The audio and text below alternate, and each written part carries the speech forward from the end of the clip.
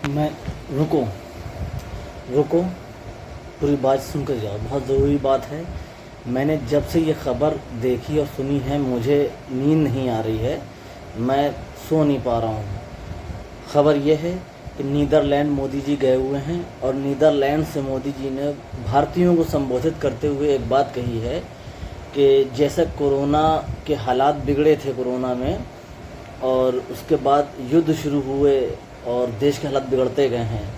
मैं समझ नहीं पा रहा हूँ कि मैं क्या कहूँ अपनी बात, और अपनी बात क्या जो इस वक्त मोदी जी कह रहे हैं उनकी बात मैं आपको बताता हूँ। मोदी जी का कहना है कि अगर हालात जल्द सही नहीं हुए तो सब कुछ ख़त्म हो जाएगा, यानी कि दशकों में जो कुछ बना है वो सब बर्बाद हो जाएगा, ऐसा मोदी जी ने नीदरलैंड से कहा है।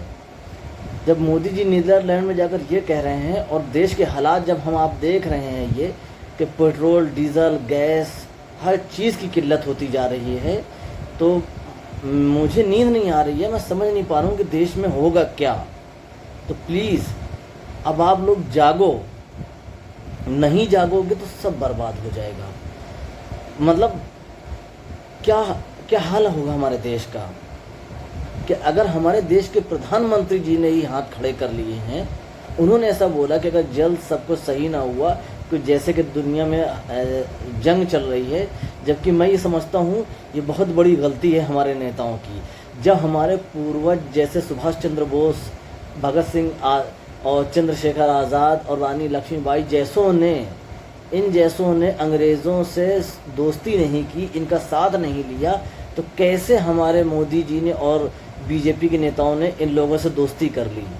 और इनकी दोस्ती का नतीजा है कि आज हमारा देश बर्बाद होता जा रहा है। जबकि हमारा पड़ोसी बगल में बैठा ईरान, वो हमको सस्ते दामों पे तेल देने को तैयार है और होगा। और आज आप बाहर जाकर के ये बात कह रहे हैं कि जल्द ही सब कुछ ठीक ना हुआ तो सब बर्बाद हो जाएगा। ऐसा ये शब्द मेरे नहीं हैं, ये स्वयं मोदी जी के हैं।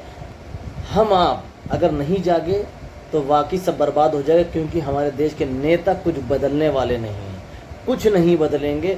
सिर्फ कुर्सी पे जमे रहने के लिए वो कुछ भी कर सकते हैं।